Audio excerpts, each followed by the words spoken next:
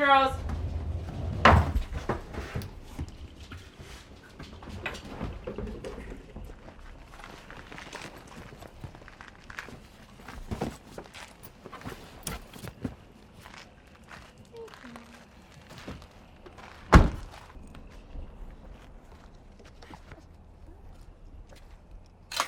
Come on. Oh, he's okay. See you girls later. And Nacho.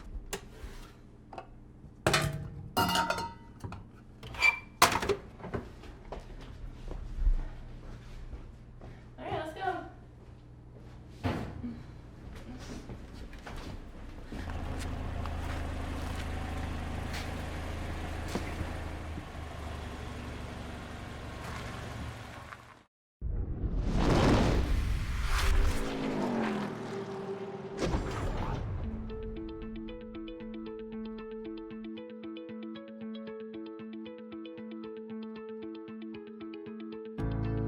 My dad's had the racing school for 49 years, and at 83 years young, he still gets out on the track 3-4 days a week. So if there's ever a testament to somebody that loves going fast and loves how to appreciate what a car can do, he is that man. People come to Bondurant Racing School, I believe, for one basic principle, and that's to learn car control.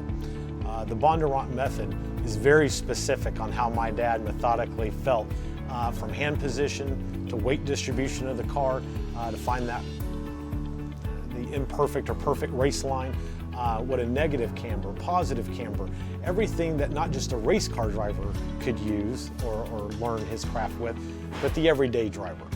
So for someone like Ashton's case that does come to the school, their first time, 9 out of 10 times, they don't really know what they're getting into. Maybe they're not interested. Maybe it's intimidating. Maybe they think that they're going to get strapped into a car and go 220 miles around the track. But once that they get a feel for the instructors in the classroom that we always start all of our classes with, they start to understand that we teach you how to control the car. I came here with my dad to do a teen driving school, and I wasn't really that excited about it. I was kind of looking at it like, great, my dad wants me to do a defensive driving class, whatever, I'll go. It was actually way more fun than I anticipated, and because of how they handled the school and how they utilized all the time that I was there along with other classmates per se, it made me want to come back and do other courses, not just the teen driving course, but I came back, did the Z06 course, did the Grand Prix course where I got my racing license, and then onto the advanced road racing course. So just that one teen driving class is all it took for me to be like, God, this is so much fun. And I'm not sure how my dad really felt about it after he assigned me up for that. I went a totally different route than I think he planned, but it definitely worked out. All of a sudden you could start to get the itch, the bug. It's like riding a roller coaster. Your adrenaline starts pumping, your heart starts pounding, and you start to realize that you can feel the car through your body. I try to tell folks it's like learning your car through your butt. You can tell if an engine's misfiring, if maybe they didn't calibrate the brakes properly, or the balancing of the tires are off. You eventually become one with the car. So like in Ashton's case, when you do start in the class and all of a sudden you get bit by the bug and go, you know, I can shave 3 seconds off of that lap that I just did because I realized before I came into that apex, I was coming in too low, I should have come up higher. So we are the only purpose-built training facility in the world which allows anyone that just wants to learn how to drive better or become a professional race car driver to do so in a controlled environment. You know, usually if you do run off or make an accident, there's a lot of tire walls and gravel pits to catch you. This is where I had my first ever big accident where I had actually totaled one of their Grand Sport C6 Corvettes. And I'm gonna walk you through what happened. This is turn 1. As you come around turn 1, ideally, you'd wanna track out just enough and then make it back to mid. I did track out just a little and came around, had a little bit too much turn in, and looked up in my mirror and saw my dad was behind me. As a beginner driver, of course, I was kind of a little bit worked up about it, but I let it get the best of me. Came around the corner, the back end came around, I lost it, and I actually parked it on top of that rock gut that you see in between the two pieces. And it kind of freaked my dad out, obviously. So he, like I said, he stopped and was asking me if I was okay, but whenever you walk away from it, if you just picture a C6 Grand Sport yellow Corvette parked on top of that rock hill, the tires were not there, and neither was the wall behind it.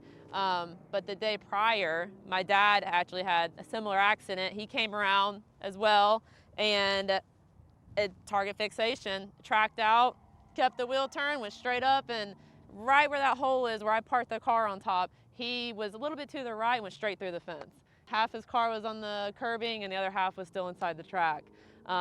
Needless to say, we helped them replace 2 Grand Sport Corvettes that weekend, but as unfortunate as it is, that stuff does happen a lot, and that was the moment that I thought to myself, you know, this is, as scary as it was, it actually wasn't that bad. This is a learning curve, and I took the most of it and ran with it, and that's when I decided to start driving cars.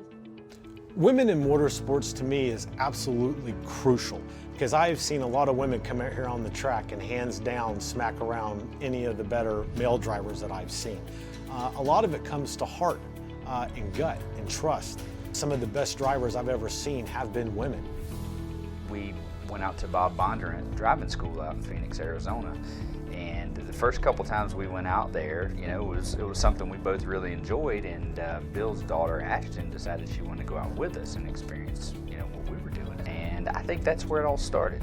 Harrison Contracting Company is a national commercial painting and facility maintenance contractor. And our branding is focused around the color red, and we're always looking for ways to, you know, make ourselves stand apart.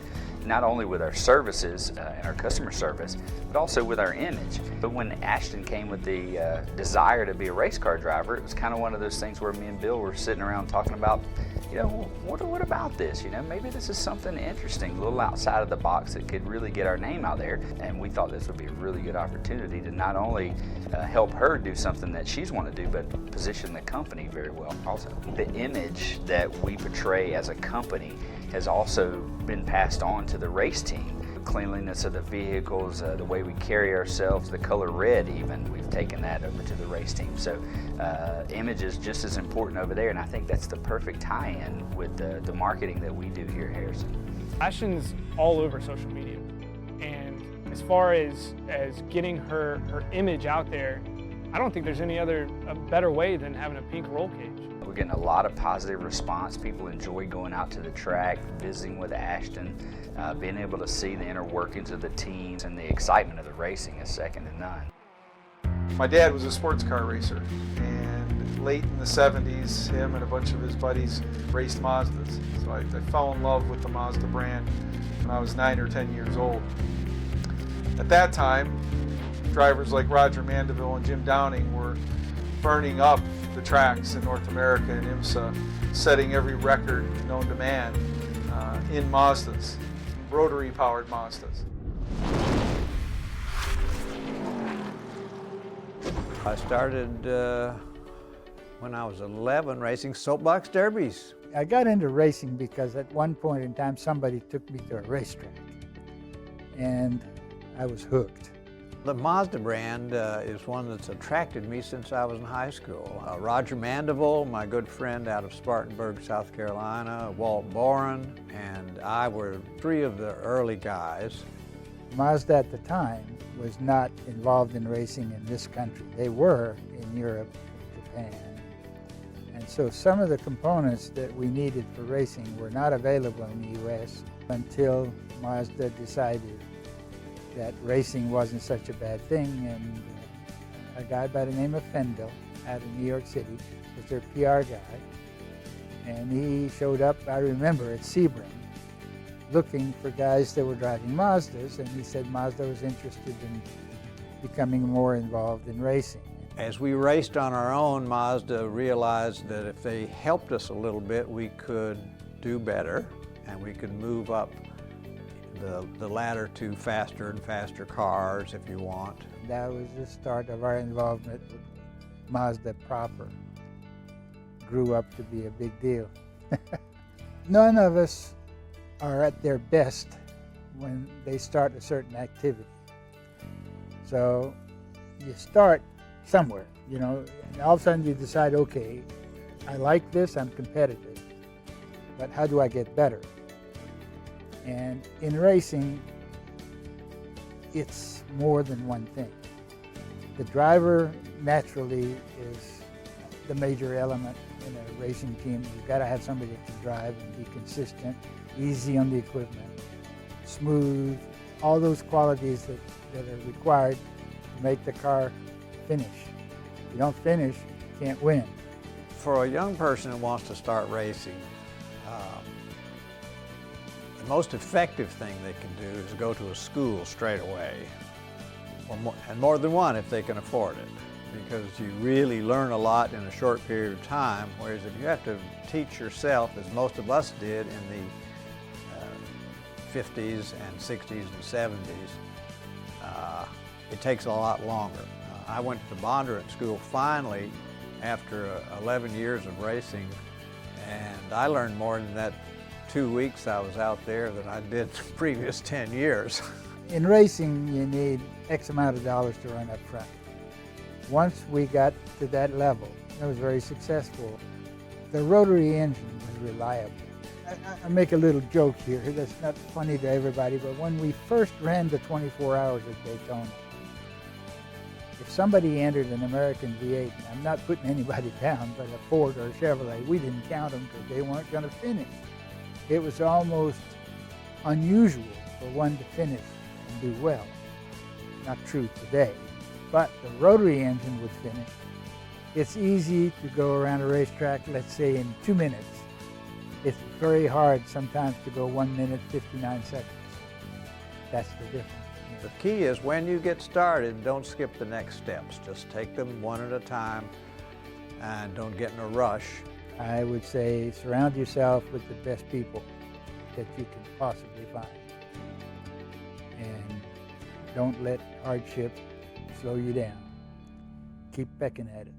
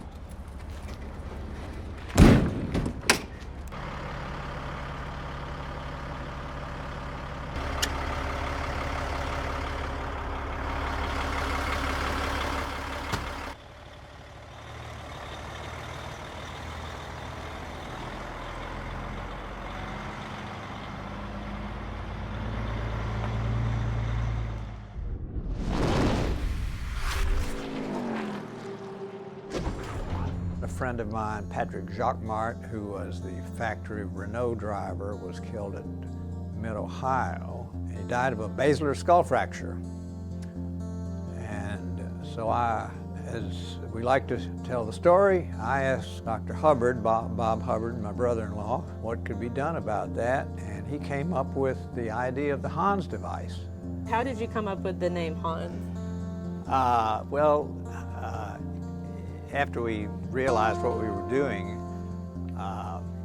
we realized it was a head and neck safety device. Head and neck. Guess. There you go. We started working on it. He did prototypes. Fortunately, I had a facility that did carbon fiber work, built body work, so I could build additional prototypes. And by 1986, we had something we thought people could wear. Paul Newman was the second person. I was the first to wear a Hans device. This is really the first one. I wore this in 1986, so this is really old. It's pretty cool. I see the duct tape. And then by 91, we thought we had a real business going, but nobody wanted one for the next 10 years. There was enormous resistance to the Hans device until Earnhardt was killed, which was February 18th, 2001. After his wreck, and my grandmother kept questioning why all these people, like for instance Tony Stewart, hit the wall flipping all in the air and they hit the ground, and several other NASCAR drivers had these huge accidents. and they walk out okay. Now rather they're banged up and bruised, but Dale Earnhardt hits the wall, and if he would have had a neck restraint on, you know, it would have been a different story. She knew we needed neck restraint. She's actually the first person to buy my Honda. I had sold 250 devices in the previous 10 years. 10 years. This is obviously a loss leader. The next week I sold 250. Doubled it. Now there are some 250 or 60,000 of them in the world. Modern racing, most of the folks are beginning finally to realize this, except in short track racing. They're still not paying attention to it. You know what? You can't put a price on safety. I had a wreck at Daytona, an SCCA race, and you can see in the video that my head didn't move because it was connected to the Honda, but my belts were what let me go forward further than it needed to. So they were strapped down. I guess they weren't tight enough, and that was a learning experience, but it was because of this that kept me from hitting my head on the steering wheel. Well, you know, in the early days, you couldn't unsnap this. You left this attached to your helmet. So once it was on, it was on. It was on. It was on. We had it. We would thread it through slots in the helmet. That's funny. And so if I was to put my helmet on there versus, you know, mine now, if I put my Honda on, right? You know, I can just push down on it and clip it in. you clip it in with your gloved hand. You know, you put it on. You reach up there. You don't need to see it. Click, click, and you're in. Click, click, and you're in. Easy. We've come a long way, Yeah. making it universal, and I see along with it, you've got a very nice helmet Oh, here. thank you.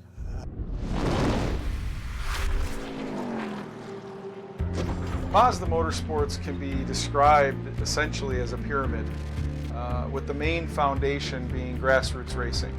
Across North America, we have approximately 20,000 racers when it comes to solo and autocross, to wheel-to-wheel road racing, up into the professional levels.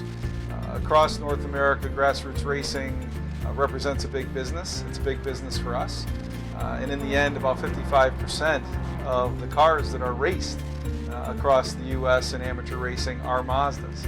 So that's really the foundation. From there, we have two paths, the Mazda Road to Indy and the Mazda Road to 24.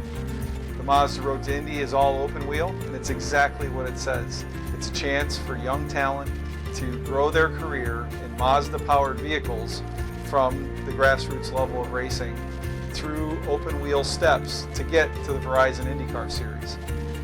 On the other side is the Mazda Road to 24, and this is the sports car ladder. 24 because the most iconic races in sports car racing are 24 hours.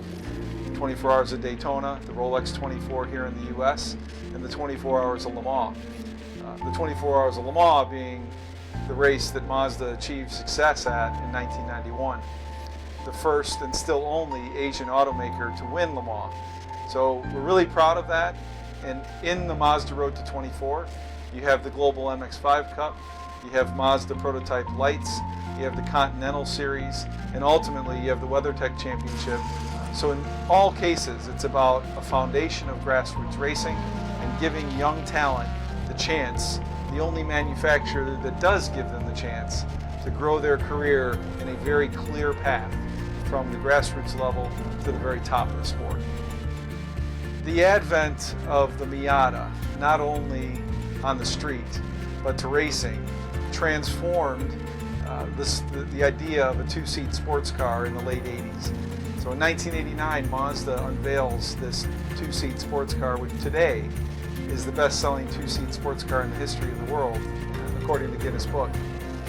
In the early 2000s, a group of racers approached us with an idea to make a class that was solely Miatas, Spec Miata, a kit that they would purchase from us at Mazda Motorsports. And to date, we've sold 3,000 of those kits. So Spec Miata has become the largest spec class, not only in North America, but the world.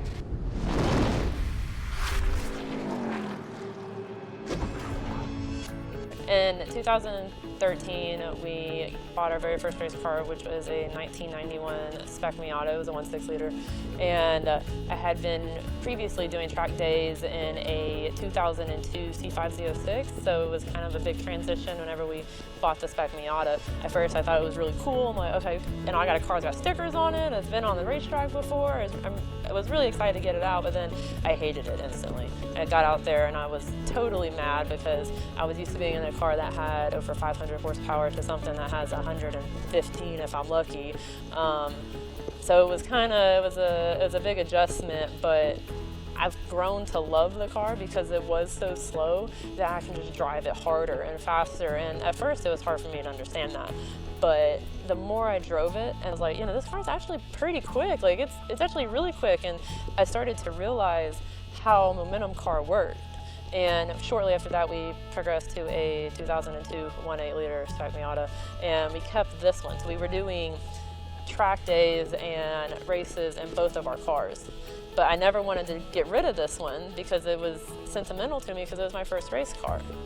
You can't beat an originality car. I mean, it just takes us back to where we started, and it reminds us of how grateful we should be to where we are now, because this thing took a beating whenever I first started driving. So I feel really bad for the car in general, but it really holds a special place in our hearts. Ultimately, racers across the U.S. in SCCA or in NASA compete in Spec Miata with the idea that success there means an opportunity to go to the Global MX-5 Cup, which is focused around the new generation MX-5, the fourth generation, the ND version.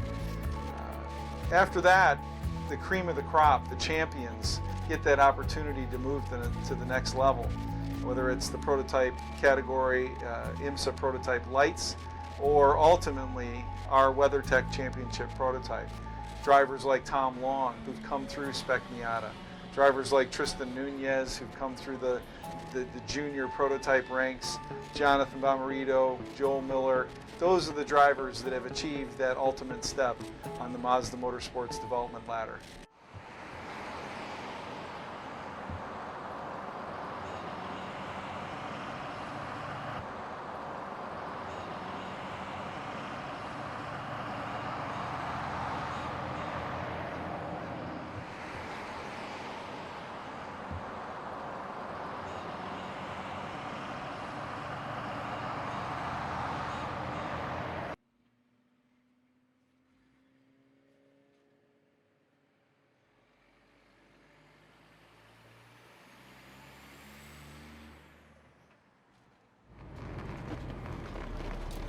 Thank you, sir.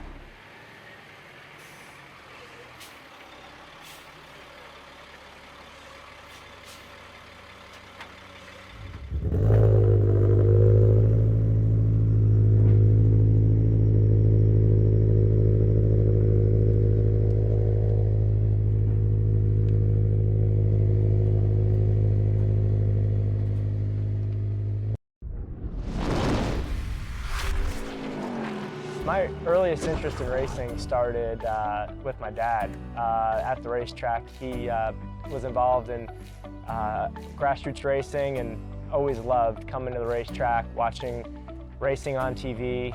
I think, in fact, maybe my first word might have been car. Part of what I do is have the opportunity to drive for Mazda's factory prototype program. I'm one of 4 drivers full-time for that program. Mazda does an incredible job of supporting not only top levels of motorsports, but the grassroots racer. They realize that the majority of their cars, there's more Mazdas race on any given weekend than any other brand. And the reason why it's such a popular car is because it's fun to drive, it's reliable, it's easy to work on. It's all these great attributes, and Mazda supports it. So they give back into the racing series. They do a lot of development. They have these incredible ladder programs to help develop drivers through the ranks, which I'm thankful to be a product of. So I think it's incredible what Mazda is able to do, not only in building a race car, but also in developing a racing driver. Really what impresses me about Ashton is her desire and her drive to succeed.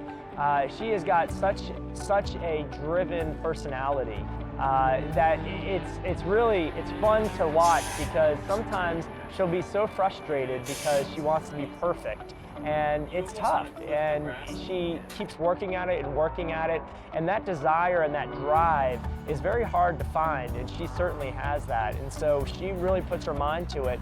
She makes it happen, and that's what's so rewarding, to watch her grow in this sport.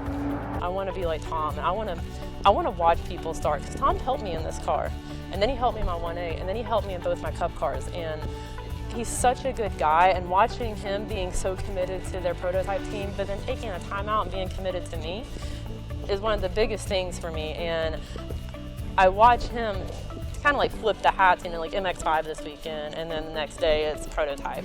And I'm like, that's what I want to be. Well, we're here at Mazda Motorsports Park this weekend, preparing for the Mazda Global MX-5 Cup Series, and we're excited about the opportunity to practice at this beautiful facility and really just get Ashton dialed in from the track, get the race cars, everything to a point where we're going to be prepared so that when we get to the track on the race weekend, we're just making final touches rather than really learning, if you will. We do have 2 Mazda MX-5 Cup race cars, and that's allowing us to actually go out and do what we call lead follow. And lead follow allows both cars to communicate with each other by radio, so we're able to talk just like we can to the crew, to each other, and we're able to give feedback to each other about, okay, this is how you want to approach this corner, good job, you did that right, or okay, let's work on that next lap. So it's immediate feedback, direct feedback about the progress we're making. And after each session, then we'll go and we have video in the car, and we also have data analysis. And so that data is being recorded. It records the speed, the throttle, the brake pressure, your steering, all these different aspects. So when we're actually reviewing the data analysis of our run, we'll be looking at our speed trace, and you'll find that the cars, because the Mazda MX-5 Cup Series is so even, the cars prepared identically, there's not much discrepancy on the straightaways. So that really leaves it up to the driver where they're braking, how much they're braking, where they're shifting, when they're getting back on the power. All those aspects added up over the course of a lap, 15 corners on this particular circuit, it can make a big difference. GB Racing, Racing Analytics, that program, this team is a fantastic fit, because you have someone, Ashton, who is very young and coming up into this sport as a female, and you have a lot of really experienced folks that are around her, from your crew chief to your driving coach, and all these aspects and these dynamics allow her and cultivate her into an environment where she's able to really get a lot of trust and a lot of confidence. I commend her for what she's working towards in her push up the ladder.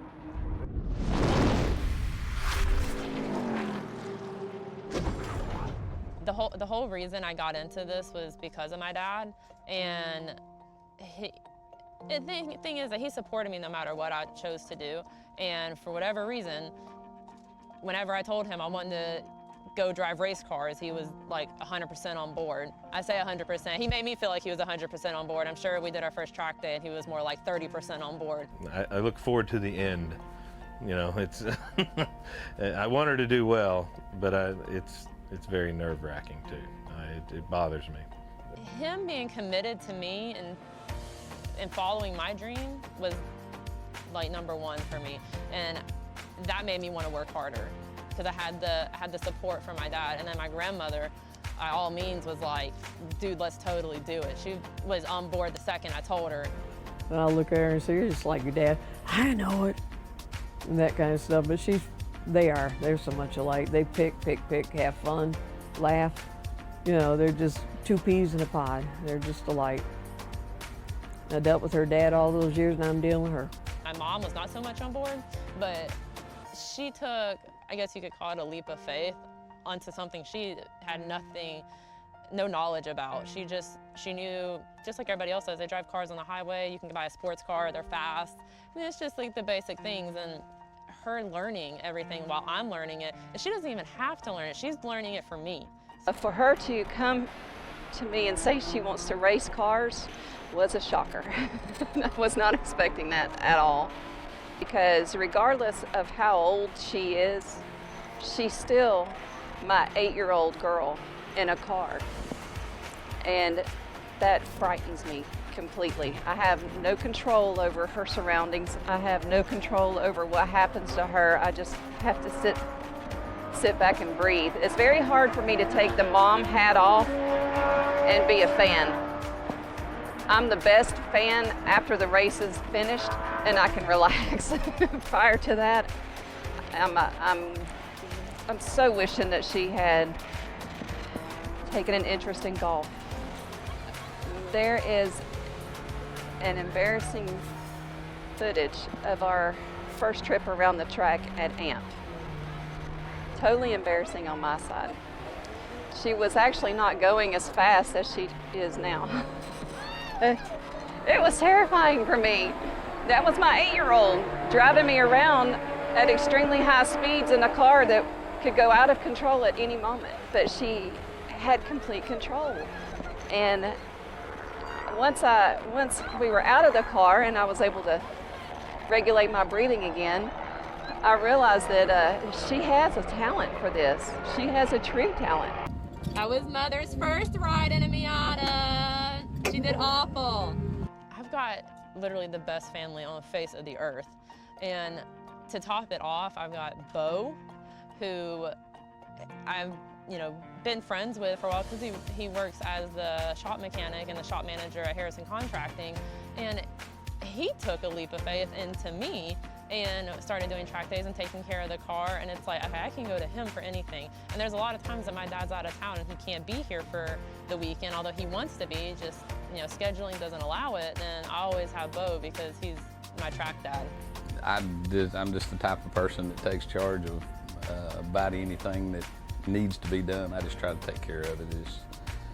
I guess it's the dad in me. I knew I had the best support system and that our family, our racing family, was legit. But when I came off after qualifying at Road Atlanta and I had qualified 9th by myself at my home track, and I was struggling all year long to even keep up in top 15 anywhere. And I came off and everybody was clapping their hands, everybody's like screaming, had their hands up in the air, and my dad, for the first time ever, I got off track and he was actually smiling. My dad shows zero emotion. So seeing him smile, I was like, okay, I'm concerned, but I'm kind of excited. She loves the attention. She loves the speed, being around everybody, the competitiveness of it. And, she gets a kick out of it, so it's really cool.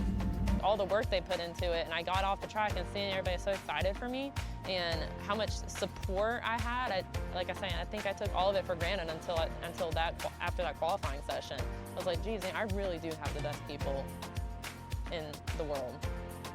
Our guys that's out here to help out, everybody pitches in and does anything they can possibly do. Everybody works together. And, yeah, we have a lot of fun. Some people don't even have family around, but we got us all hanging around together around the race car, which we all seem to like. I know I do. I enjoy it. It looked a little plain. It's still got some stars to it.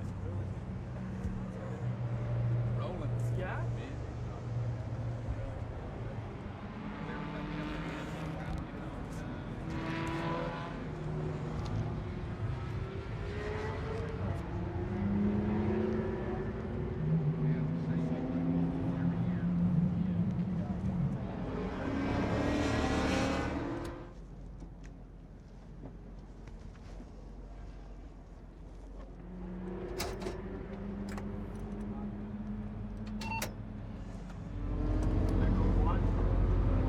Check. Radio check. I got you. Are we good to go? Mazda is a global brand, and North America has been driving the motorsport strategy for several decades now. With the launch of the 4th generation MX-5 to the street, our executives challenged us, Masahiro Moro, our president in particular, to think about a global cup around this car. We've had a successful MX-5 Cup in the US for many years, but now let's take it global. Let's have our regional offices in Mazda Europe, Mazda Australia, Mazda Japan develop a similar series. So when that car came, and when the idea of a global cup was generated, we had to develop a single spec of car. Anytime you're going to race globally, there needs to be one builder, there needs to be one spec. Everything needs to be the same in order to maintain parity, to maintain value for the customer, and ultimately to maintain an idea that you could crown a global champion.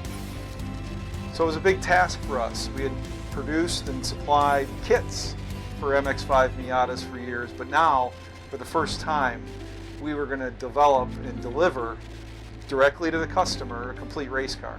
When we thought about the process, we wanted to look to someone that had been part of the Mazda family, someone that had been in business with us, someone we trusted, someone that had integrity, and someone that had the professional and technical acumen to deliver this race car. There was no question in my mind. It was a very quick decision to work with Long Road Racing, Glenn and Alana Long, and then instantly you have Tom Long, who comes as a test driver, a development driver. He's not going to compete in the series, but he's got the experience with Mazdas at many different levels, and generationally the MX-5, so he knows the characteristics of the car. Here at Long Road Racing, this is the one place in the world that we build, that Mazda has global MX-5 cars built. We're an engineering partner for Mazda, and part of the concept of the whole class, and the reason that Mazda went to homologated cars, is to keep the focus on the driver and not so much on the engineering. Working with the sanctioning organizations and Mazda, we've come up with what we call a homologation document. A homologated car, which these are cars that have a document that very specifically says, this is the part. You as a competitor don't have the option of changing this part to something else. It has to be this exact part. We add on over 250 race car specific parts. So that way it's a true race car. How do we make sure that all the cars are exactly the same? We only start with brand new vehicles that come directly from Mazda. So we have complete control on the initial vehicle itself as it comes into the facility for build. We spec everything within the car. We spec oils, we spec fluids, coolant, brake fluid, brake pads, springs, dampers. Everything is specified specifically for the car. We seal the engines, and we seal them in 5 different places. We seal the valve cover, the variable valve timing control, the intake manifold, the high pressure fuel pump, and the oil pump. And we seal those so that way nobody can make any modifications or alter that.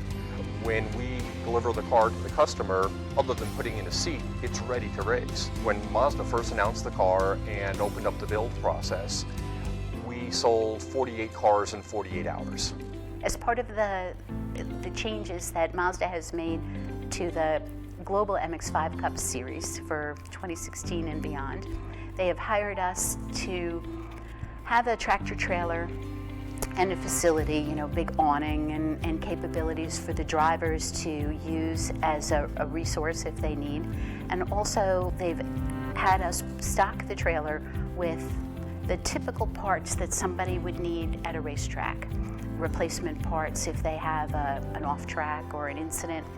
And so this saves the teams a lot of money and of course a lot of space in having to worry about bringing spares to the racetrack. One of the young up-and-coming stars is Ashton Harrison. She started off doing Spec Miata, kind of the poster child for this. She's doing Spec Miata in club racing and is now in Global MX-5 Cup Series. Ashton did a phenomenal job. Some of these other teams are 6, 7, 8 cars. Awesome, but this is a kind of a mom and pop organization. She's a great driver and so passionate. I am so impressed with her ability to know what she wants and to figure out how to go after what she wants. So she had to learn the vehicles, she had to learn how to do setups, she had to learn some of the racing skills at the pro level, and I think that she just did a phenomenal job with this. I'm looking forward to seeing where she is in 5 years' time.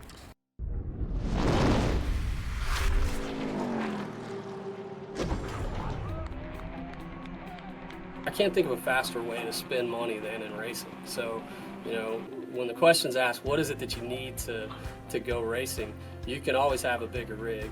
You can always have more tuning tools. You can always have a fresh paint job and a fresh tune on your car every time you go to the racetrack. So it starts with what are your goals? You know, some of the things that you need to consider if you're getting into racing is how are you going to transport the car? How are you going to prepare the car? All of these racetracks are different in that the setup of the chassis is different from one racetrack to the next.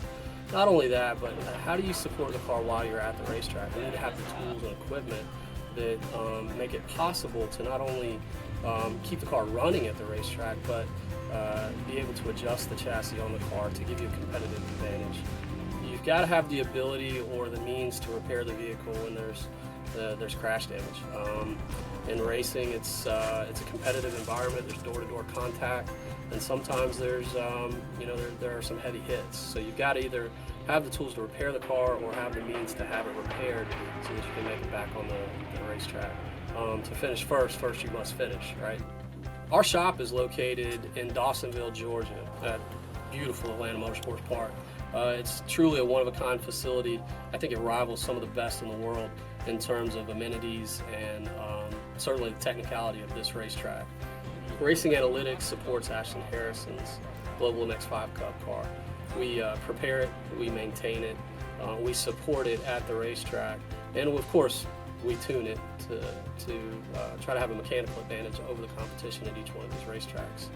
So we work with Ashton on mental preparation, physical fitness, mechanical knowledge, track-specific knowledge, event management, getting to and from the events. So there's a number of areas that we work with her to give her an advantage over the competition outside of just being the phenomenal driver that she is.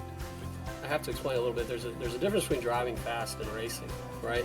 There's a lot of guys that show up to the racetrack, or girls, who are fast drivers. She's a good racer. Driving fast, you can always dial it back a little bit to be safe.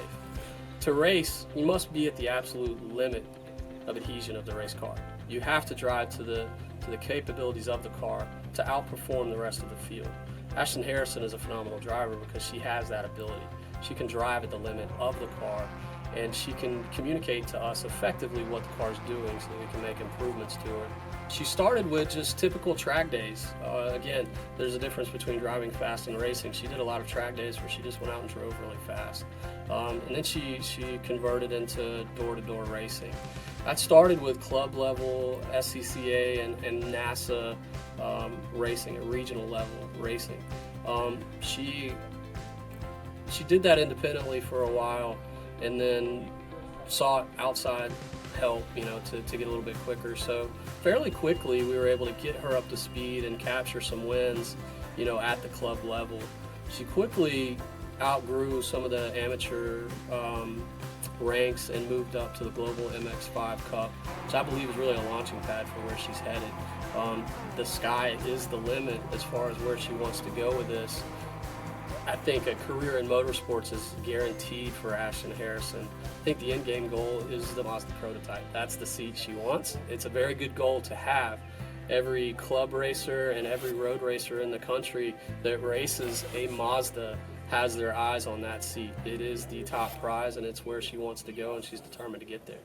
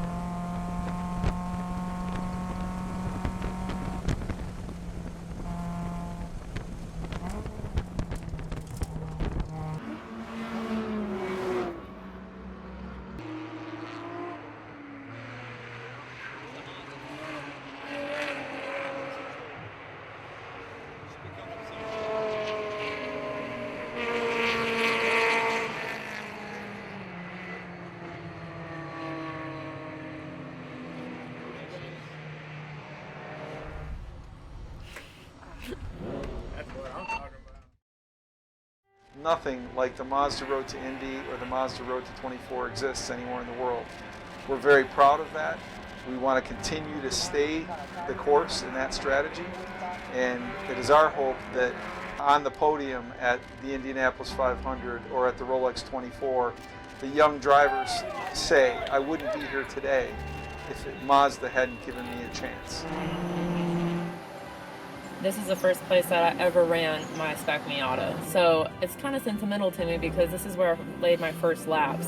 And on top of that, this is where I ran my very first race. You'll never find a track that has this many corners in it, and each of them are different. You can take a corner from each track that you've been to, and it's at AMP.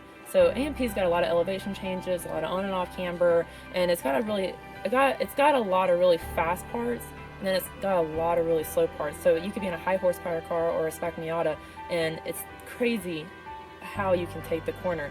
So if you take the best corners from every track and put it here at AMP, that's what you have. Coming up here is kind of like coming back to my home track. I know the track, the guys here are awesome. This is just one big family. And the first time I was in my 1.8 Miata, Shay and Racing Analytics built it from the ground up. And I took it out on track, and I think it was like the first session out. I must have done 3 laps, and I put it in the tire wall at turn 3. And I remember I came in, I was so embarrassed because this faster car, I've been asking for a faster car for I don't know how long, and I know Shay and my dad's face was just like... Ashton Harrison represents the same passion and drive that we represent as a brand.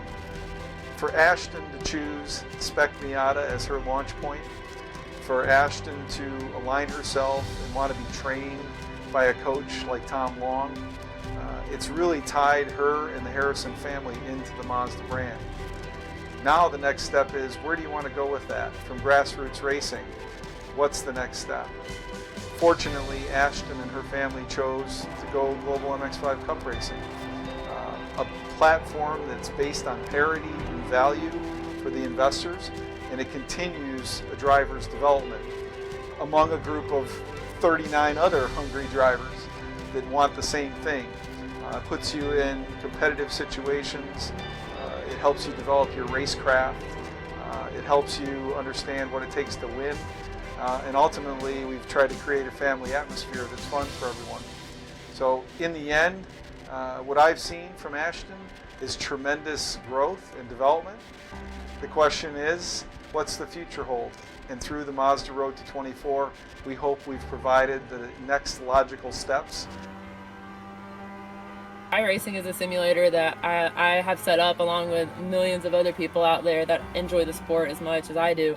What it is it helps you prepare to the track you're heading to next, and it's just about the real thing. They've got the track laid out where exactly how it is now, and you can change the weather conditions if you want it raining or just damp outside, sunny, dry, and you can change the time of the day. I mean, it gives you all these options to prepare yourself for the track. So if you know you're going to be heading to Road Atlanta next week and the chances are of it raining is pretty high, you can change that on iRacing and prepare yourself.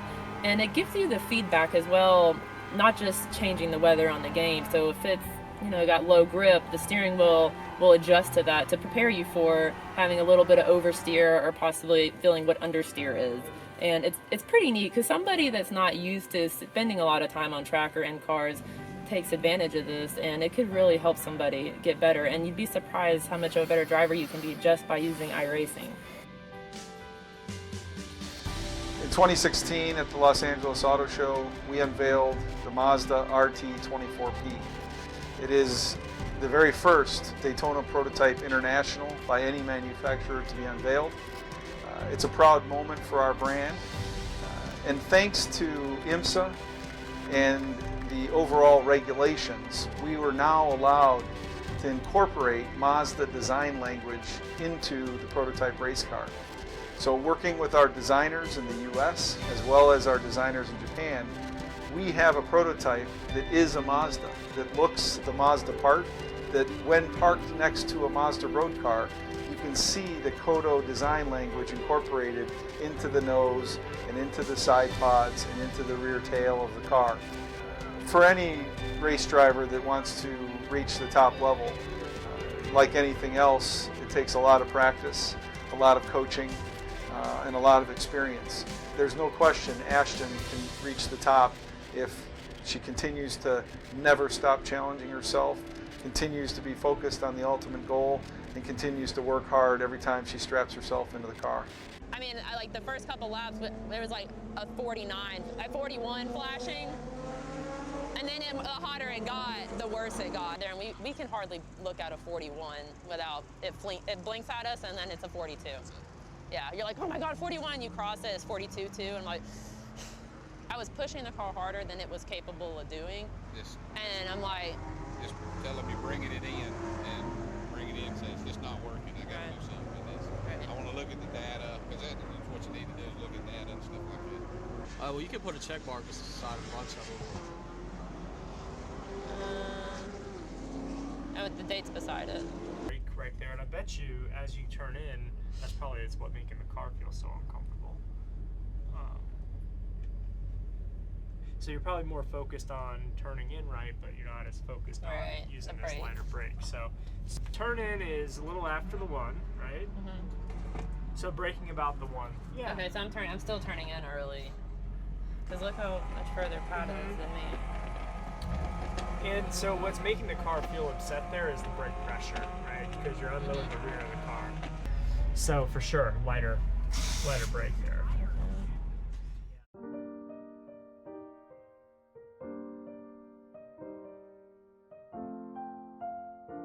You'll notice on both of our Global MX-5 Cup cars that we have on the fenders a memorial sticker for my cousin Amber Harrison, who passed away September of 2016. It's really hard to talk about it because she was my best friend for 21 years, and you know, we were more than cousins, so you know, it was kind of like somebody just ripped your heart out your chest. And everybody loses somebody in their life, and you know, you always feel bad for them and grieve with them, but until it happens to you, you don't realize how special some of those people are to you. And it happened about 8 days prior to Petit Le Mans, which is the race that my dad and I have been looking forward to for 5-6 years now. And I want to say that the biggest reason for that, well, I say the biggest reason, the one thing that totally was an eye-opener for me was how much support the MX-5 Cup Series did for us, because I had mentioned that we had a couple stickers. We maybe had 15 stickers made that Racing Analytics made for us to put on our car, and that was all I had. And I had mentioned it about my cousin passing away, and they went out of their way to make stickers so that all the drivers could put it on their car. And even to the point that some of the PC drivers had it on their car, some of the prototype drivers had it on their car, and the support was more than I could have ever asked for. So, you know, I just hope that I make her proud and that she sees how much everybody misses her and how much we love her baby that is like the light of everybody's life. Her name is Kennedy Jane, Jane being Granny Barb's middle name, because my grandmother's name is Barbara Jane Harrison. So Kennedy Jane Harrison is my niece Amber's daughter, and she's such a good baby. She's so smart. I mean, I really can't wait to see how she grows, and so Allison and I can, over her years, tell her, like, you know, telling your mama, she's watching you, you better watch out, like just kind of keeping an eye on her, but just so she knows that her mom's always around. It's not because she's not here physically, doesn't mean that she's not with you all the time. So I think that she'll have a good support system. She's got everybody wrapped around her finger.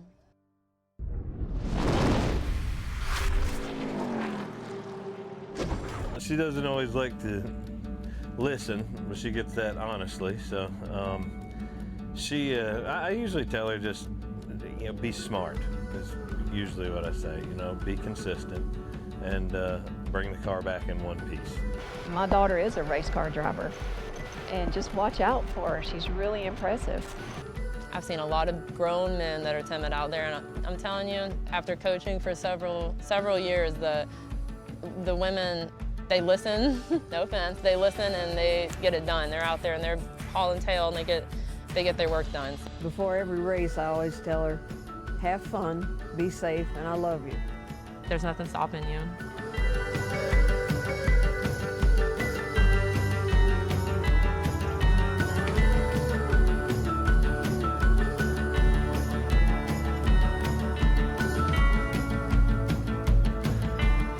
always had animals around, whether they were outside or inside, but I've always been around them, so I grew up knowing that no matter what age I was gonna have an animal. I always tell people the most thankful dog you'll have is a rescue. I mean, they cannot be any more thankful for what you have done to their lives. The first rescue I ever did rescue, and she was sitting in the corner, just like balled up in the corner. She didn't want to look at anybody. She was just kind of like, she was standoffish. She was really scared. And for whatever reason, I was drawn to her, and I was like, yeah, let's take her outside and play with her. She's been taken outside 3 times maybe, and she was there a little over a month. Nobody really wanted her because she was so standoffish. And the lady that took her out with me said, and she does not really, she's shy. She's not very welcoming at first. And we took her outside, and she ran straight up to me and jumped in my arms. I'm like, walked right up to the counter. I was like, I want her. And I took her home, and now she is a German Shepherd mix, but she's only about 40 pounds. And she's just my baby. My dogs take care of each other, and they're all really protective. So they love me, they love their life, and that's seeing them out playing around and enjoying life is what makes me love rescue so much. Anytime anybody's looking for a dog, I'm like, I bet you I could take you to the closest animal shelter right now and find you the most perfect dog.